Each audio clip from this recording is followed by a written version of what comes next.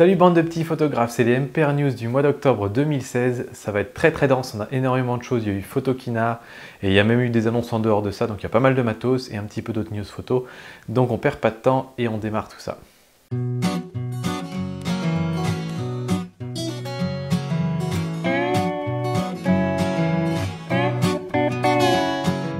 Alors, on commence avec les photo news. Donc c'est les news du monde de la photo mais qui ne sont pas que du matos, parce qu'il n'y a pas que ça. Je voulais vous poser une question.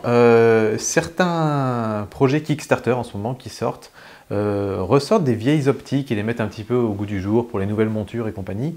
Et je voulais avoir un petit peu votre avis sur cette question. L'intérêt de ces vieilles optiques, c'est très souvent d'avoir un bokeh particulier. Alors le bokeh, vous savez, c'est ce flou d'arrière-plan. Et habituellement, enfin en tout cas ces derniers temps, tous les fabricants essaient d'avoir le bokeh le plus doux possible. Donc faire en sorte que ce soit vraiment bien lisse et qu'on voit presque pas de détails. Et en fait, ces vieilles optiques, très souvent, elles déclenchent quelque chose chez les gens qui les ont utilisées il y a longtemps, 20 ans, 30 ans, 40 ans, parce qu'ils se souvenaient que celui-ci avait un bokeh particulier, avec des formes particulières qui ressortaient. Et donc là, j'ai pris voilà, l'exemple de celui-là, où en fait les billes sont justement pas homogènes du tout et tellement hétérogènes que ça crée un effet artistique particulier. Et il y a des gens qui recherchent ça. Donc du coup, je voulais savoir si vous achetiez des anciennes optiques, soit sur Le Bon Coin, eBay, ou si ça vous intéressait justement cet aspect un petit peu esthétique que peuvent avoir les vieilles optiques, parce qu'elles avaient plein d'imperfections optiques finalement. Donc voilà, je voulais juste avoir votre avis. Donc je vous mets un petit sondage et puis voilà, j'irai voir des réponses avec beaucoup d'intérêt. Une news que je trouvais intéressante aussi, c'était pendant les Jeux paralympiques.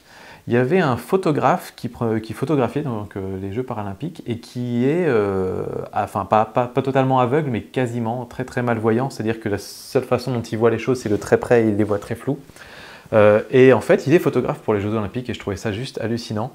Et donc, comment il fonctionne en fait, c'est qu'il se repère au bruit. Donc, comme c'est des sports qu'il va photographier, si c'est des coureurs par exemple, il va entendre les pas des coureurs qui arrivent et quand il sent que ça arrive près de son objectif, il va déclencher à ce moment-là. Et après, il y a des gens qui l'aident pour les retouches. Et je trouvais ça génial que pour les Jeux paralympiques, on aille jusqu'à aussi embaucher des photographes qui eux-mêmes ont des déficiences. Et voilà, moi je trouvais ça génial. Donc je voulais juste dire bravo aux gars, je trouve ça incroyable, moi des gens qui... La photographie c'est quand même un truc visuel et le mec il adore ça. Et il s'y est mis en plus, en fait c'était quelqu'un qui voyait avant, il s'est mis à la photo après avoir perdu la vue. Et je trouve ça juste hallucinant, quoi. Je voulais vous envoyer voir les photos de Caleb Charland. Je vous mettrai le lien dans la description dessous, mais son site c'est calebcharland.com et il fait des photos qui sont inspirées par la science, donc par des expériences scientifiques. Et je ne vais pas vous en dire plus, je ne les ai pas mises là pour vous préserver un peu le suspense, donc je vous invite à aller voir sur son site, c'est vraiment génial. Il y a des photos extra, il y a des trucs par exemple où il illumine une lampe au milieu d'un champ de betteraves ou un champ de patates, je sais pas. Et en fait, il y a plein de fils qui partent de sa lampe parce qu'en fait, chaque fil va être planté dans une betterave ou une patate et tout ça ensemble va créer l'électricité pour allumer sa lampe. Et il a plein de photos comme ça et c'est vraiment extra. Il y a même des trucs un petit peu magiques avec des étoiles qui brillent dans un bocal. Enfin voilà, je vous laisse aller voir, vous verrez, c'est extra. Et puis, je voulais aussi parler un petit peu de Jérôme. Alors, Jérôme Palais, c'est un photographe que certains d'entre vous connaissent peut-être. Il a une chaîne YouTube et puis surtout, il a un blog. Donc c'est un photographe pro qui fait des formations notamment depuis un certain nombre d'années. Et il m'a envoyé ses bouquins en me disant Sylvain, si ça te dit, je peux t'envoyer mon tout dernier bouquin qui vient de sortir pour que tu t'en dises ce que tu en penses. Enfin, voilà, il voulait d'abord avoir mon avis et puis ensuite éventuellement si ça me plaisait que je vous en parle. Et donc voilà, c'est ça. Donc ça s'appelle Les bases de la photo avec un réflexe. Et puis il y a un petit guide qui va avec qui s'appelle l'appareil photo réflexe. Et donc là c'est vraiment un guide, un memento juste avec les basiques. Et en fait, voilà, je vais vous dire très honnêtement ce que j'en ai pensé. Alors moi, je ne suis pas déjà quelqu'un qui est très bouquin à la base, donc je ne suis peut-être pas déjà la meilleure personne, mais la façon dont c'est abordé, c'est... bon, déjà, c'est très complet, il y a toutes les parties qu'il faut là-dedans. Par contre, j'ai trouvé que c'était assez lourd comme démarche, c'est-à-dire qu'il faut vraiment s'investir beaucoup de temps, et par exemple, la première section consiste à tenir son appareil photo et on a 5 pages sur comment tenir son appareil photo avec des exercices, etc. Et donc je trouvais que c'était assez lourd et pas tellement orienté sur le plaisir de commencer à prendre des photos très rapidement. Et donc du coup, voilà, comme Jérôme, je connais par un groupe Facebook de youtubeurs, voilà, de youtubeurs photographes, on s'est connus là-dedans en fait. Et du coup, j'ai appelé Jérôme pour savoir un petit peu, lui donner mon opinion et savoir si je devais diffuser mon avis dans cette vidéo. Et du coup, on a discuté pendant 1h30, donc c'était assez marrant. Et il m'a expliqué un petit peu son approche de la formation photo. Et voilà, je dois avouer qu'elle est diamétralement opposée de la mienne, mais que je pense qu'il y a la place pour les deux en fait. Moi, mon approche va un petit peu avec mon fonctionnement de cerveau, c'est-à-dire que je suis à l'aise sur YouTube parce que on va chercher un tuto ici, un autre là, un autre truc là, et puis on va tout remettre ensemble dans notre tête, et puis globalement, on va réussir à apprendre de cette manière-là. Il y a des gens qui ne fonctionnent pas du tout comme ça, qui ont besoin de suivre une méthode précise, étape par étape, et que globalement, chaque étape, on la veut la plus complète possible, et une fois qu'on a atteint ce niveau-là, on ne revient plus là-dessus, on a des bases pour bien tenir son appareil par exemple, on passe à l'étape suivante. Et là, cette méthode est beaucoup plus axée là-dessus, et je pense que c'est une méthode qui marche très très bien pour les formations photo en direct, c'est-à-dire qu'il forme des gens qui viennent faire des stages chez lui, Jérôme, et donc là je pense que c'est vraiment impeccable. Et pour un livre photo, je pense que ça peut correspondre à un certain nombre de personnes qui lisent beaucoup de livres et qui sont par exemple pas à l'aise à se balader dans le micmac de YouTube. Voilà, donc j'aurais plutôt tendance à dire ce bouquin, je ne le conseille pas forcément pour vous qui regardez cette chaîne YouTube et qui êtes habitués à regarder ça. Par contre, pour toutes les personnes de votre entourage qui aiment avoir un bouquin sur leur livre de chevet, qui aiment apprendre pas à pas, tranquillement, une méthode, je pense que ça peut être pas mal. Donc je vous mets pareil les liens dans la description, je vous invite à aller voir. Jérôme met voilà, il y a des pages qui sont disponibles gratuitement, je crois, il en parle dans des vidéos, donc voilà, vous avez plein de moyens de vous faire une opinion d'abord là-dessus. Voilà, moi je vous ai dit ce que j'en pensais et je vous laisse aller voir par vous-même. Et puis le salon de la photo qui arrive, ça se passera à Paris du 10 au 14 novembre. J'ai longtemps hésité à y aller et puis dans le groupe des tipeurs, ils m'ont tous dit ouais on y va, on se retrouve entre tipeurs là-bas, machin et tout. Et puis du coup j'étais un peu obligé d'y aller, je peux pas leur dire non. Et donc du coup voilà, j'y serai le samedi 12 novembre, a priori toute la journée. Donc bah écoutez, on se retrouve là-bas, je pense que ce sera le plus simple. Et comment dire, comment est-ce qu'on peut faire pour se retrouver? J'en sais rien, il faudra se balader dans les allées du salon. Voilà, je m'y baladerai. Après, si c'est comme l'année dernière, je sais qu'au bout d'un moment, j'en ai eu vite marre parce qu'il y a plein de bruit et puis c'est pas si passionnant que ça. Enfin, c'est intéressant de voir un petit peu du matos, des choses comme ça, et puis de croiser un petit peu des gens qu'on connaît, mais je pense que toute la journée, ça fait un peu long. Donc on verra, peut-être je traînerai un peu dehors. Bon, on se baladera. On trouvera un moyen de se retrouver là-bas. Voilà, j'y serai le samedi 12, donc allez-y. Qu'est-ce que j'allais dire? Oui, n'achetez pas vos places en ligne, à la limite, pour le salon de la photo. Il y a des milliers d'endroits où vous pouvez trouver des places gratuites. Donc cherchez entrée salon de la photo gratuite sur Google, et puis je pense que vous pourriez trouver votre bonheur. Quelques news MPR. Alors c'est MPR, mais c'est plus même personnel, on va dire, plus Sylvain Lepoutre, ça va aller assez vite. Je voulais d'abord faire une petite pub pour Marcus Body. Alors qui c'est ça et qu'est-ce que c'est que ce truc et pourquoi j'en parle dans une vidéo sur la photo? Je vous ai déjà dit plusieurs fois que je travaille, moi j'ai un job au quotidien, je travaille au Cluster Jura et on a pris une stagiaire il y a 6 mois qui s'appelle Shafak et elle a 22 ans et elle a développé une marque de cosmétiques à base de marc de café et c'est absolument génial son produit. Alors bon, moi c'est des produits de gommage, donc, perso, je me gomme pas trop souvent le visage, mais je pense que ça pourrait intéresser soit les jeunes femmes qui nous regardent, et puis éventuellement vous messieurs, je pense que ça peut être une bonne idée de cadeau pour vos dames. Éventuellement pour Noël, ce sera sorti pour Noël. Donc bref, voilà, elle a lancé son financement participatif sur Ulule, et je vous invite à aller jeter un petit coup d'œil sur la vidéo. Moi j'ai fait des photos de produits pour elle justement, et puis je l'accompagne un peu dans son financement participatif aussi sur sa méthode un peu entrepreneuriale. Donc c'est super cool. Elle a plusieurs parfums, donc ça sent super bon, c'est au café. Alors je vais vous montrer un peu comment ça marche. Donc on prend le sachet comme ça. Là je prends un petit peu de marc de café ici. Hop, et puis je peux m'en mettre, alors moi je peux en mettre sur le visage, je peux en mettre sur la main, voilà, bref. Enfin ça fait déjà, je sais pas, 5 fois, 10 fois que je fais ça à chaque fois que je veux le montrer à quelqu'un. Et à chaque fois, pendant toute la journée, après, on a la main toute douce. Alors, je crois que c'est pas exactement comme ça qu'on s'en sert. Il me semble que normalement, du gommage, on doit se mouiller la peau d'abord et se rincer après. Mais bon, peu importe, moi je trouve que ça marche bien comme ça. Et les bénéfices du marc de café, en fait, c'est que, bon déjà, c'est pas des billes de plastique comme vous allez avoir dans les produits de gommage. Je reviens pas que je suis en train de parler de produits de gommage dans cette vidéo.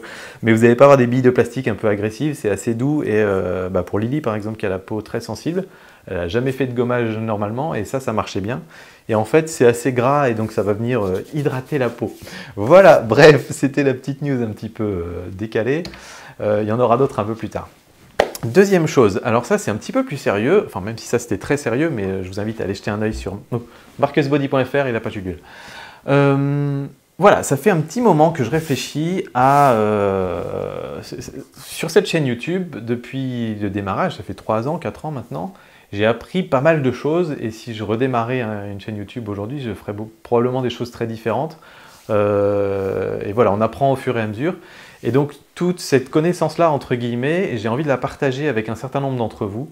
Et en fait, je recherche là maintenant, si ça vous botte, 3, 4, 5, 10 personnes maximum qui ont envie de lancer leur chaîne YouTube, disons, l'année prochaine. Enfin, voilà, à l'horizon janvier 2017. C'est l'objectif. Donc, vous seriez un peu la promo 2017. Et voilà, j'ai juste envie qu'on se fasse un Skype ou un Hangout toutes les semaines, tous ensemble, et qu'on progresse ensemble, voilà, que vous lanciez tous votre chaîne YouTube en même temps, et on se challenge les uns les autres, on donne nos avis, tiens, j'aurais plutôt fait comme ça, etc. Alors, les conditions pour ça, c'est qu'il faut que vous soyez absolument hyper passionné par un truc. Ça, c'est la première condition, c'est-à-dire que si vous n'êtes pas passionné, si c'est juste, vous dites « Ah tiens, j'ai vu Norman qui faisait des vidéos marrantes, je vais faire des vidéos marrantes », si ça ne vous passionne pas, vous allez arrêter au bout de 3 ou 4 vidéos, c'est certain. Donc il faut que vous soyez passionné, idéalement autre chose que la photo, parce que voilà, si on fait 10 chaînes sur la photo, ça ne va pas être très drôle. Il peut y en avoir 1 ou 2, mais j'aimerais que ce soit d'autres passions idéalement, et que vous soyez prêt à y consacrer au moins 10 heures par semaine.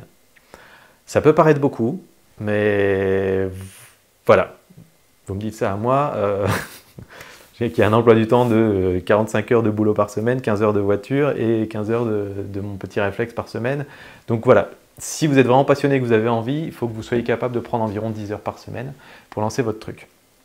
Et quand je vous parle de démangeaison, c'est que c'est le genre de sujet où dès qu'il y a quelqu'un qui vous lance là-dessus, on ne vous arrête pas, quoi. Vous pouvez continuer à en parler tout le temps, tellement ça vous passionne, vous avez plein de choses à dire. Et donc voilà, ça c'est le type de sujet et de personnes que je recherche. Et donc ce que je vous propose, c'est que vous m'envoyez vos candidatures, entre guillemets, sur l'adresse monpetireflexe@yahoo.fr avant le 15 novembre. Et du coup, comme ça, du 15 novembre au 30 novembre, ben, je vous contacte un petit peu un à un, puis on en discute pour voir un petit peu votre projet YouTube. Et puis du coup, après, pendant le mois de décembre, on peut commencer à préparer pour qu'on puisse tous lancer notre première vidéo le 1er janvier 2017. Voilà, ce serait ça l'objectif. Et donc, bon, c'est totalement gratuit, hein. C'est juste que moi, c'est un truc qui me démange, justement. Ça me démange de partager ces connaissances sur le fonctionnement de YouTube en tant que réseau social et en tant que moyen de s'épanouir d'une certaine manière, parce que moi, ça m'éclate toujours ce truc. Donc voilà, c'est juste une envie gratuite de partager avec vous. Donc, ceux que ça intéresse, eh ben, vous m'envoyez vos candidatures avant le 15 novembre. C'est bon? C'est noté? On passe à la suite. Le matos. Alors, vous le savez, il y a eu Photokina. Pendant le mois de septembre, la Photokina, il y a eu des milliers d'annonces. Alors, on ne va pas toutes les passer. J'ai essayé d'en sélectionner quelques-unes, mais il y en a quand même beaucoup. Et première chose de matos, vous vous souvenez, je vous avais dit qu'il y avait une marque, que j'avais refusé mon premier deal dans la dernière vidéo parce que c'était des gens qui font des écouteurs qui m'avaient contacté, Mézé, et je leur avais refusé, je leur avais dit, vous savez, moi au pire, je peux juste le montrer comme ça et dire qu'ils sont bien, mais je ne pourrais jamais en parler pendant toute une vidéo. Ils me les ont envoyés quand même, donc je les ai testés, ils sont tip top, ça coûte 60 €, on passe au reste des trucs de la photo. Alors, il y a l'iPhone 7 Plus qui est sorti. Alors, pourquoi je vous parle d'un smartphone? Je vous ai déjà dit plusieurs fois que les smartphones, c'est des appareils photo. C'est même les appareils photo qui sont les plus répandus dans le monde aujourd'hui. Et l'iPhone 7 Plus, ils ont sorti une nouveauté qui va faire un peu grincer les dents. C'est qu'ils ont 2 capteurs, donc 2 capteurs avec 2 objectifs. Un objectif grand angle et un objectif équivalent 56 mm. Et avec ces 2 objectifs, ils arrivent à faire des choses assez intéressantes. Ils ont donc un système de zoom, mais en fait, c'est-à-dire que vous allez avoir votre objectif grand angle, qui va avoir un zoom numérique jusqu'à ce qu'il atteigne les 56 mm. Et le 56 mm ensuite va avoir un zoom numérique aussi. Et quand on a des capteurs qui ont une bonne définition, je ne sais plus combien c'est celui-là, si c'est 12 mégapixels ou un truc comme ça, et ben finalement sur un petit écran comme ça, on peut se permettre de faire un zoom numérique sans perdre trop de qualité d'image. Et donc on se retrouve avec un objectif qui va faire, je sais pas, l'équivalent d'un 24 jusqu'à 100 mm peut-être, alors qu'il n'y a pas de zoom, c'est deux lentilles fixes en fait. Et je trouve ça assez intéressant et je pense qu'on va de plus en plus aller vers des systèmes comme ça, avec des focales fixes. Et la deuxième chose qui est assez intéressante, c'est que ça leur permet de créer un flou d'arrière-plan. Alors c'est que du logiciel, hein, cette histoire de flou, parce que les capteurs sont microscopiques, donc avec de tout petits capteurs sur les smartphones, on peut très difficilement faire du flou, à part si vous prenez un objet tout petit de très près. Et donc là, en fait, avec ces deux capteurs, ils arrivent justement à déterminer ce qui est sur le plan de la mise au point et ce qui est sur un autre plan. Et ce qu'il y a sur l'autre plan, ils disent, nous, on peut vous le flouter. Et donc, du coup, ça fait des photos avec un flou d'arrière-plan comme vous feriez avec un réflexe. Et c'est des photos qui étaient impossibles à faire avec des smartphones avant. Et je trouve ça assez intéressant. Et je pense que ça va cartonner parce qu'il y a beaucoup de gens qui recherchent ce look-là et que ça va faire encore mal aussi, encore plus mal aux ventes de réflexes et de boîtiers numériques à plus grands capteurs. Mais peut-être qu'on va évoluer vers des choses comme ça, j'en sais rien. Alors, nous autres photographes, on va chipoter un peu parce qu'on va regarder le flou, on va dire « Ouais, mais ça se voit que c'est du flou numérique, enfin, ça se voit que c'est du flou logiciel, ça se voit que c'est pas la même qualité que le flou qu'on peut avoir avec tel objectif, machin. » Mais 98% des gens sur la Terre, ils s'en foutent complètement, ils vont pas voir la différence et ils vont juste voir que ça fait ressortir le sujet et que c'est tout ce qui compte. Et donc, voilà, nous, entre nous, on peut jouer un petit peu les grises mines, mais je pense que ça va faire mal quand même, cette affaire-là. Canon a annoncé un nouveau boîtier sans miroir. Et une fois n'est pas coutume, ils en avaient sorti plusieurs, mais qui avaient tous un peu capoté. Et ça, c'est le M5. Et là, ils ont revu un petit peu la copie. Et globalement, à l'intérieur du bestiau, c'est exactement comme un 80D. Donc, vous avez le même capteur. Vous allez avoir le double AF, comment ça s'appelle, Dual Pixel autofocus. Et moi j'aime personnellement beaucoup le look de cet appareil photo. Je ne suis pas super fan, vous aviez pu le voir quand j'avais fait le test du Sony Alpha 6000, des boîtiers sans miroir qui sont tout petits, tout fins, et du coup après on va venir mettre quand même des gros objectifs dessus, ça fait un truc, voilà. Je ne suis pas super fan, moi j'aime bien avoir un truc bien en main quand même, et là je trouve que ça a un look assez sympa, avec une bonne grosse poignée, et je trouve que pour un mirrorless c'est vraiment pas mal. Ils ont intégré un viseur, alors que les autres avant n'intégraient pas de viseur, ce qui était un petit peu une bêtise. Surtout quand on est chez Canon, on veut garder un viseur. Alors que quand on vient d'un smartphone, c'est différent, mais quand on vient de chez Canon et qu'on veut un boîtier sans miroir, on veut un viseur, ça c'est normal. Donc moi j'aime bien le look, je trouve que le viseur c'est bien. Ils ont intégré pour la première fois du focus picking chez Canon. Focus picking, c'est quand vous faites la mise au point en manuel et que vous allez avoir des petits traits autour des zones où la mise au point est nette. C'est super pratique quand vous faites la mise au point en manuel, ça peut être très bien pour la vidéo, c'est génial pour la vidéo. C'est très bien aussi pour quand vous utilisez des optiques à mise au point manuel, enfin qui n'ont pas d'autofocus. Donc voilà, c'est une première pour un Canon et j'espère que ça va se généraliser par la suite parce que c'est une très bonne idée. Et puis le prix de sortie qui est aux alentours de 1100 €. Alors j'ai pas trop compris, moi personnellement, énormément de gens ont dit « Ah, c'est hors de prix, c'est super cher, machin, etc. » Mais c'est pas loin du prix du 80D, et comme il y a à peu près les mêmes choses dedans, et qu'en plus on a les avantages d'un mirrorless, c'est-à-dire qu'on a, enfin d'un viseur, j'ai du mal à trouver mes mots, d'un viseur électronique, c'est-à-dire qu'on va pouvoir voir directement le résultat de la photo avant d'appuyer sur le déclencheur, ce qui est quand même assez énorme, on peut afficher plein d'informations dessus. Je trouve que ça vaut le prix, si vous mettez ce prix-là pour un réflexe, je ne vois pas pourquoi vous ne mettriez pas ce prix-là pour un sans miroir équivalent. Alors c'est vrai qu'il y a plein de sans miroirs qui sont beaucoup moins chers, mais très souvent c'est des capteurs beaucoup plus petits. Pour moi, on a peut-être l'impression que c'est très cher parce qu'on va le comparer avec les Alpha 6300, Alpha 6500 maintenant de chez Sony, qui eux balancent bien plus, enfin voilà, c'est encore plus costaud à l'intérieur. Plein de fonctionnalités, plein de trucs, mais on paye la marque chez Canon, il y a toujours un petit peu ça. Mais par rapport aux autres appareils de chez Canon, je trouve que c'est pas dément. Et puis la petite fonctionnalité sympa aussi, c'est que sur l'écran tactile maintenant, on peut changer la mise au point juste en glissant le doigt. C'est-à-dire qu'on a la mise au point là, et je glisse le doigt et la mise au point va changer au fur et à mesure que je bouge le doigt. Donc je trouvais ça assez intéressant. On continue avec Fujifilm. Alors Fuji, ils ont sorti un boîtier moyen format. Je crois que je vous en avais parlé il n'y a pas très longtemps dans un MPR News justement. Et donc il était attendu, il est sorti, et en fait il est dans un boîtier assez compact finalement. C'est sans miroir, pas ça la miroir ici. Assez compact, il va sortir début 2017, c'est un 51,4 mégapixels, ce qui est voilà, bon, correct pour un moyen format. Et par contre le prix n'est pas encore annoncé, mais je pense qu'on peut s'attendre à ce que le prix soit en dessous des 10 000 €, ce qui encore une fois n'est pas forcément très cher pour des moyens formats. Donc je pense qu'on va vraiment dans la direction où ça va se démocratiser. On n'est pas encore au niveau où il y a des performances similaires à celles des réflexes plein format ou APS-C, mais voilà. Curieux de voir où ça va aller ces affaires de moyen format là. Sony, alors Sony ils ont surpris un peu tout le monde, ils ont sorti un appareil photo réflexe, c'est un moment qu'ils n'avaient pas sorti de réflexe, et donc sur monture A. Alors Sony, j'en profite de vous avoir sous la main pour vous dire, vos histoires de monture c'est quand même pas très pratique, parce que vous avez des appareils photo qui s'appellent la gamme, enfin tous les appareils photo s'appellent la gamme alpha et tout le monde les appelle A quelque chose. Donc le A77, le A7 Mark II, etc. Et donc quand on a une monture A, on a toujours l'impression que monture A ça va aller sur les appareils A7, A77 et compagnie. Or c'est pas le cas, la monture A elle marche que sur les réflexes et sur tous les autres appareils c'est monture E. Donc c'est pas très clair, alors je pense que quand on est chez Sony depuis longtemps ça l'est, mais quand on est un petit peu débutant je trouve que ça perturbe. Enfin bref. Donc Sony n'avait pas sorti depuis je crois un an et demi un appareil photo pour monture A. Tout le monde pensait qu'ils avaient laissé tomber les réflexes et ils en ont ressorti un quand même. Et ils sont pas les de main morte, 42 mégapixels, stabilisation du capteur, 12 images par seconde en rafale, il filme en 4K, sur tout l'ensemble du capteur, pas comme le 5D Mark IV, n'est-ce pas Canon, et 3200 $. Donc en fait, il vient directement concurrencer les boîtiers pro, les 1DX, les D5 de chez Nikon. Et donc voilà, c'est vraiment pour les gens qui veulent faire de la photo sportive. Et ces gens-là, pour le coup, eux, sont plutôt adeptes du réflexe. Donc je pense que juste pour ces gens-là, ils continuent de faire des boîtiers de ce type-là. Et même quand ils font un boîtier comme ça, ils sortent un truc badass, quoi. Balèze, Sony.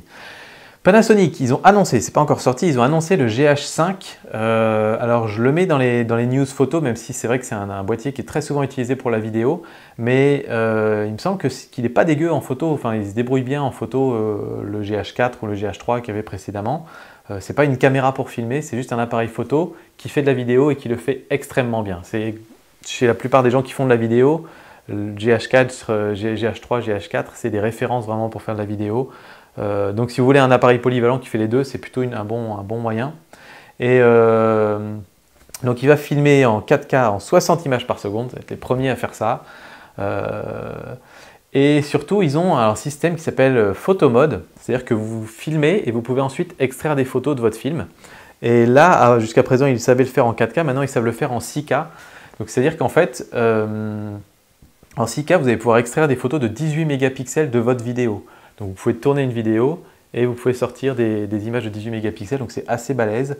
Je ne sais pas si la tendance va partir là-dedans où on se mettra tous juste à filmer des vidéos et puis après on aura un moyen simple pour retrouver la photo qu'on aimait bien dans notre vidéo, ou si on va toujours continuer à faire des photos et puis il y aura d'autres gens qui feront des vidéos, je ne sais pas. Mais eux, ils semblent aller dans cette direction-là, ou en tout cas donner la possibilité. Et puis ça, vous l'oubliez, je crois que c'était pour un autre truc, j'ai dû oublier de l'enlever. Donc ça sort en 2017, voilà, je vous en dirai plus quand ça sortira. Une marque chinoise, Xiaomi, qui avait sorti une copie de GoPro en quelque sorte, mais beaucoup moins chère, et ben ils récidivent et cette fois-ci ils copient du Leica. Donc ils n'ont pas froid aux yeux les gars. Et en tout cas dans l'esthétique, c'est un capteur 20 mégapixels en micro 4 tiers. Donc c'est voilà, une petite taille de capteur, mais c'est la même taille de capteur qu'il y a chez les Leica, si je dis pas de bêtises. Peut-être vous allez me contredire, mais je ne suis pas trop l'actualité Leica, pour rien vous cacher. Et ça sort pour 330 $ avec l'objectif kit. Donc un prix quasi imbattable. Voilà, bon après il faut voir ce que ça donne à l'usage, mais je trouve ça intéressant de voir que les Chinois se mettent à faire des appareils photo même maintenant.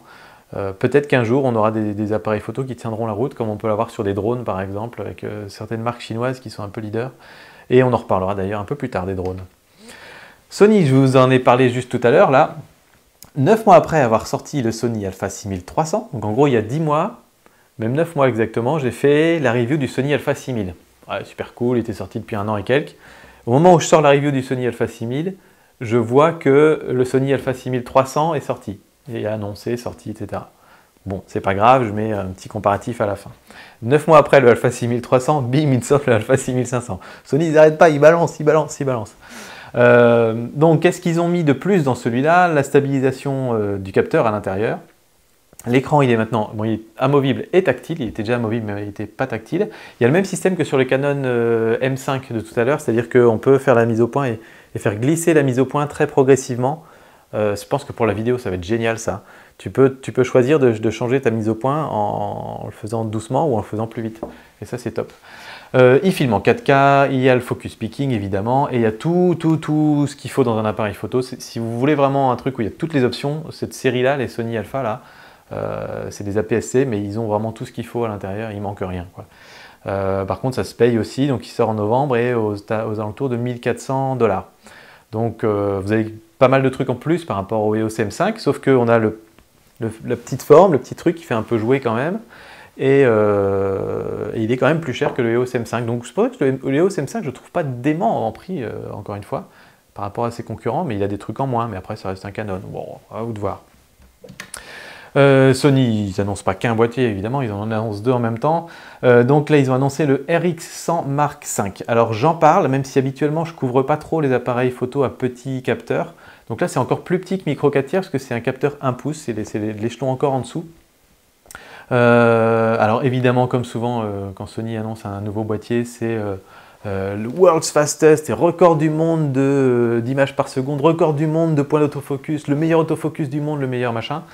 Et à chaque fois dans les tests après, bon, dans certains cas c'est vrai, dans d'autres cas c'est pas vrai. Bon, bref, je trouve que c'est un peu, moi ça commence à me saouler un peu ces histoires-là, je vous avoue, de meilleur record du monde et compagnie. Et donc par contre c'est un petit objectif intégré. Donc c'est l'équivalent d'un 24-70, donc un zoom x3. Il filme en 4K, il fait des chouettes photos a priori. Je connais un copain du groupe des tipeurs, Patrick, qui en a un, et c'est un bon complément de son réflexe en fait. Toutes les fois où il n'emmène pas son réflexe, il emmène son petit RX100, alors c'est un Mark III je crois le sien, et qui fait des photos très convenables en fait pour la plupart du temps. Toutes les photos où vous n'allez pas passer plus de 5 minutes à la retoucher et vous ne prévoyez pas de l'imprimer, des appareils photo comme ça, la plupart du temps ça suffit, quoi. Donc voilà, là l'avantage c'est qu'il est très compact, ça se glisse dans la poche, donc pourquoi pas. Par contre, pour un appareil photo compact, 1 000 $ quand même. C'est quand même un peu cher. Moi, un boîtier comme ça, à 500-600 $, je me dis pourquoi pas comme complément de mon réflexe, mais à ce prix-là, là, ça fait mal. Olympus, alors eux aussi toujours dans les plus, ils ont annoncé le EM1 Mark II. Donc c'est un micro 4 tiers aussi, encore un petit capteur. Et eux, ils annoncent 18 images par seconde en rafale, en RAW. Tout ça avec l'autofocus, enfin des trucs déments. Donc bon, c'est... Et pareil, il a toutes les options intérieures, focus peaking, 4K, enfin tout ce que vous pouvez imaginer, il sait le faire. Donc pas la peine de rentrer dans les détails, il fait beaucoup de parler de lui. Après bon, c'est toujours l'histoire de la taille du capteur, micro 4 tiers, c'est plus petit encore qu'un APS-C. Et puis forcément, enfin je dis forcément, j'ai toujours pas trop compris pourquoi, mais plus le capteur devient grand, plus c'est difficile visiblement d'avoir beaucoup d'images par seconde. Alors est-ce que c'est parce qu'il y a un grand capteur, donc le miroir est grand, donc le temps pour le monter et le descendre est plus long peut-être, je sais pas. Mais même sur les boîtiers sans miroir, ça semble être plus compliqué d'avoir un plein format qui peut avoir un grand nombre d'images par seconde que sur un boîtier avec un petit capteur. Même avec le même nombre de mégapixels, c'est-à-dire que pour moi il y a 20 millions de pixels, donc 20 millions de données, d'informations à traiter en même temps. Mais que l'information vienne d'un grand photosite ou d'un petit photosite, ça devrait être la même chose normalement.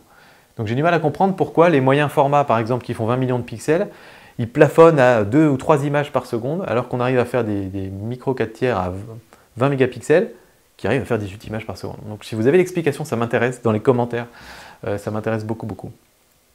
Voilà, fin 2016. On passe maintenant aux objectifs. Samyang a sorti une nouvelle gamme d'objectifs chez eux. Alors, ils testent pas mal de trucs. Donc là, ils sortent d'une gamme d'objectifs qu'ils appellent Premium. Donc, plus qualitatif encore que leurs objectifs précédents. Là, l'idée, c'est d'aller concurrencer un petit peu Zeiss et puis la série Sigma Art, notamment, qui sont très réputés de nos jours. Et donc, ils ont sorti un 14 mm f2.4 et un 85 mm f1.2. Enfin, ils vont les sortir. Tout ça, c'est des annonces de Photokina. Et ben voilà, on a hâte de voir ce que ça donne, on a hâte de voir aussi les prix. Parce que Samyang, ils étaient réputés parce qu'ils avaient des tout petits prix, justement, parce que c'était des objectifs tout manuels. Là, c'est encore des objectifs manuels, mais du coup, s'ils se mettent en gamme premium et compagnie, le prix va sûrement être premium aussi. Donc voilà, à voir. Laowa, ils ont annoncé pas mal de trucs. Alors, j'ai l'impression qu'on commence à en parler à chaque fois maintenant, dans chaque revue de photos, dans chaque MPR News. Donc, il faut croire que c'est une marque qui commence à prendre du galon. Donc, ils sortent un 15 mm f2.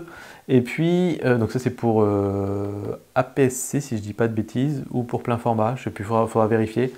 Non, à mon avis c'est pour plein format. Et ils ont sorti un 7,5 mm f2 pour micro 4 tiers. Alors celui-là j'ai voulu le souligner. Donc ces deux objectifs sont rectilignes, c'est-à-dire que vous n'allez pas avoir un effet fisheye. Et ça, ce qui m'intéresse là-dedans, moi, c'est avoir des capteurs plus petits, moi ça me branche bien pour la rando. Le côté, on peut emmener un truc plus compact, on n'a pas besoin d'emmener son gros sac avec tous ses objectifs, etc. Mais ce qui me freine à chaque fois, c'est que moi, en photo de paysage, j'ai besoin d'avoir un très grand angle pour beaucoup de photos.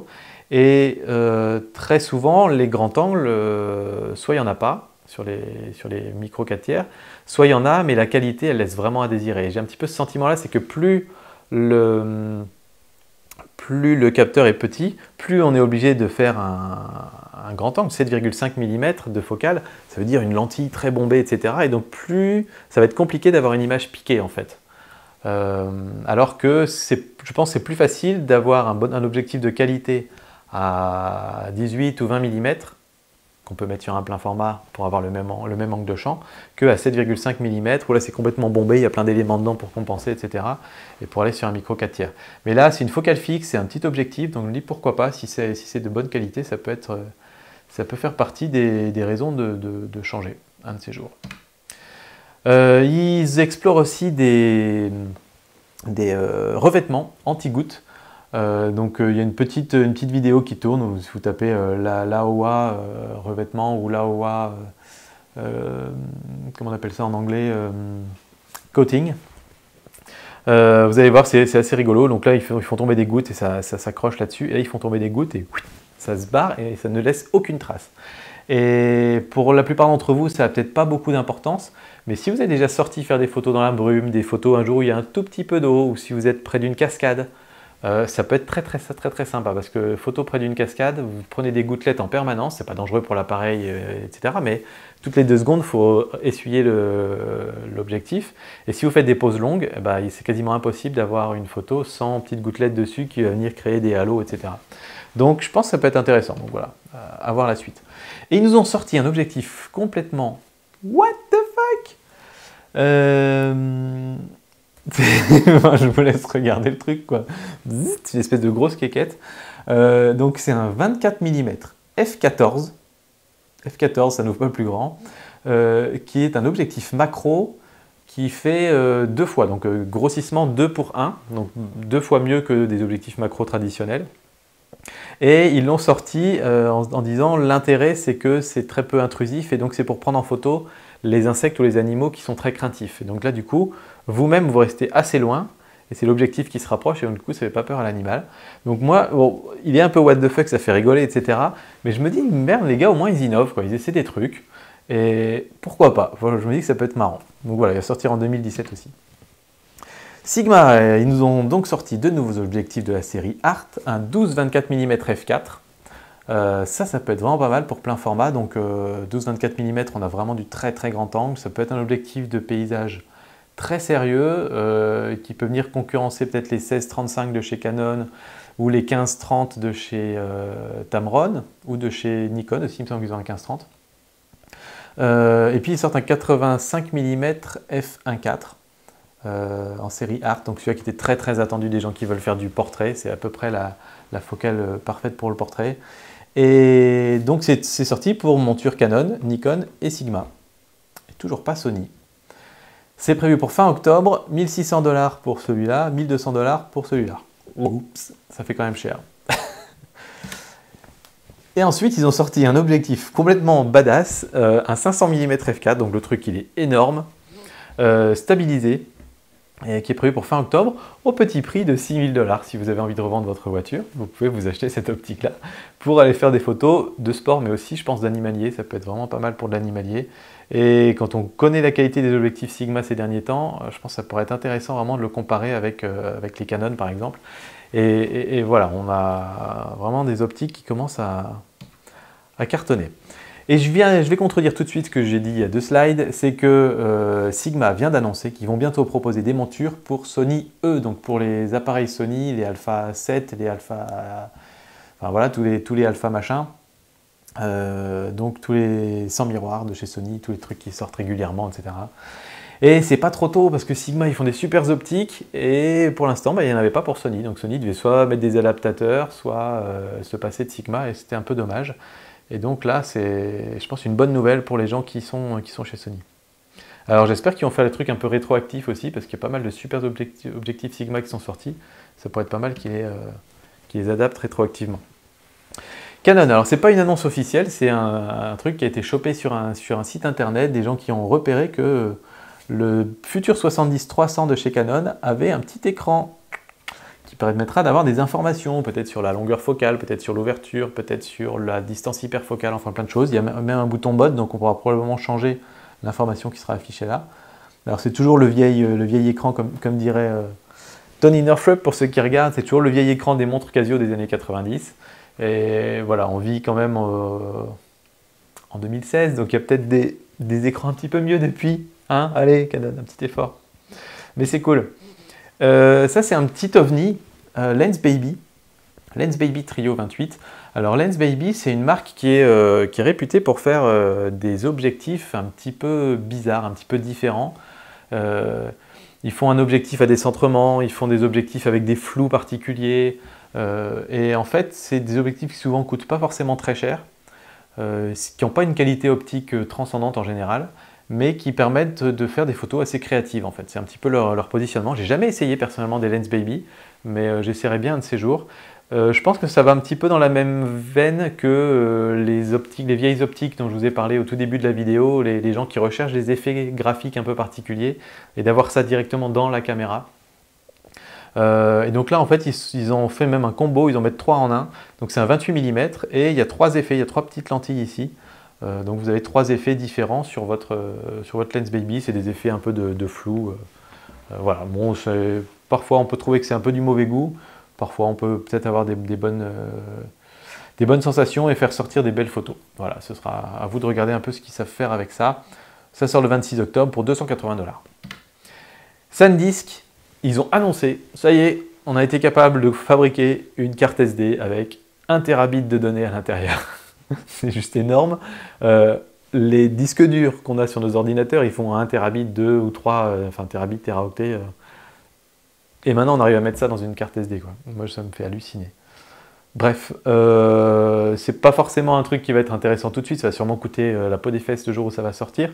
Mais si vous commencez à filmer en 4K, en 60 images par seconde, avec le GH5, avec voilà, tout le package et compagnie, ça peut être intéressant de commencer à avoir des cartes comme ça. Donc je pense que pour les gens qui font de la vidéo, ça peut être intéressant. Après, pour la photo, vous allez mettre combien? 150 000 photos sur une carte comme ça?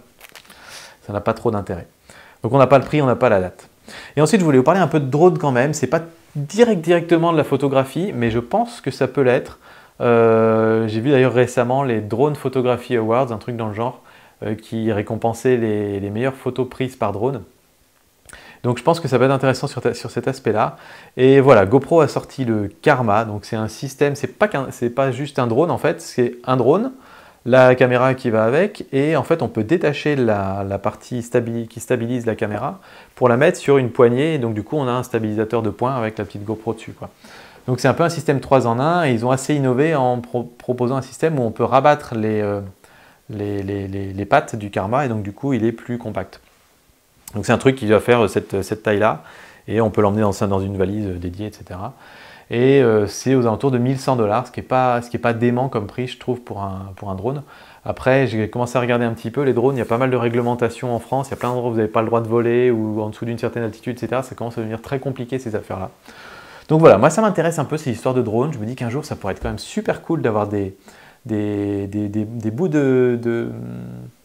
des bouts de vidéos pris par drone dans les quarts d'heure photo en particulier. Je trouvais ça super cool. Mais voilà, pour l'instant, on n'y est pas encore.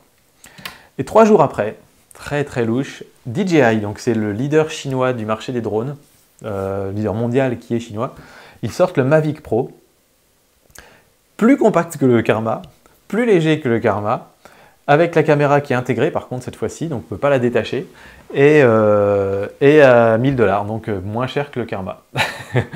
Et donc là tout le monde sur internet a dit ouais Karma, ils se sont fait GoPro, ils se sont fait souffler comme des merdes, etc. Et bon, je suis pas tout à fait d'accord parce que bon, si on ajoute à ça le prix d'une caméra indépendante et le prix d'un stabilisateur, on est largement au-delà des 1000 €. Donc voilà, on ne compare pas exactement des choses comparables, mais ce qui est vraiment intéressant avec celui-là, c'est qu'il est vraiment beaucoup plus compact. Et moi, quelque part, si un jour j'achète un drone, c'est que je veux vraiment un truc très compact. Et là, il prend à peu près cette taille-là. Si vous avez des grandes poches, vous pouvez le glisser dans votre poche. Et si vous avez un sac photo, vous pouvez le glisser dans votre sac photo, alors que le Karma est trop gros pour ça. Et donc ça commence à devenir un format intéressant, quoi. Je me dis, si un jour on a notre petit drone dans la poche, au moment où on est dans un endroit où on prend des photos et tout, on se dit tiens, ça me plairait bien de prendre une vue aérienne, on lance le truc et puis voilà quoi. Et je trouve ça génial. Donc je pense qu'on va y arriver dans pas trop longtemps. Et moi je trouve ça juste louche qu'ils sortent un drone 3 jours après GoPro. C'était prévu, hein, le lancement et tout était prévu. 3 jours après GoPro, avec exactement la même idée de replier les pales, replier les trucs, etc. À mon avis, il y a de l'espionnage industriel derrière tout ça. J'y mettrai pas ma main à couper, mais ça pue l'espionnage cette affaire. Voilà, je vous laisse maintenant avec les photos de mon petit réflexe que j'ai publié sur la page Facebook au mois de septembre. Et je finirai par vous demander d'aller faire un tour sur le site mpr.photo. Je vous mets l'adresse juste en dessous, l'adresse vers l'article qui correspond à ces MPR News. Vous avez donc un article qui est associé à cette vidéo. Et Steve, il écrit à chaque fois des articles entiers avec plein d'astuces, plein de nouveaux petits trucs. Et moi, à chaque fois qu'il écrit son article et qu'il me l'envoie dans notre petite messagerie interne pour dire « ça y est, j'ai fini l'article », je me précipite pour le lire parce que chaque fois, j'apprends des trucs en fait. Chaque fois, il part de Sylvain a dit tel machin » et lui, après, il a fait plein de recherches et il détaille exactement comment on fait la méthode, etc. Et j'apprends plein de trucs. Donc moi, perso, j'adore ces articles, donc c'est pour ça qu'on va continuer à bosser ensemble d'ailleurs. Mais je vous invite vraiment à aller les voir. Ça mérite le détour, quoi. Et à la limite, si vous n'avez pas le temps après la vidéo ou si vous regardez d'autres vidéos dans la foulée, allez juste faire un tour sur mpr.photo à un autre moment et puis pour en faire juste un peu de lecture, quoi. Voilà, je vous dis à très bientôt tout le monde. Ciao!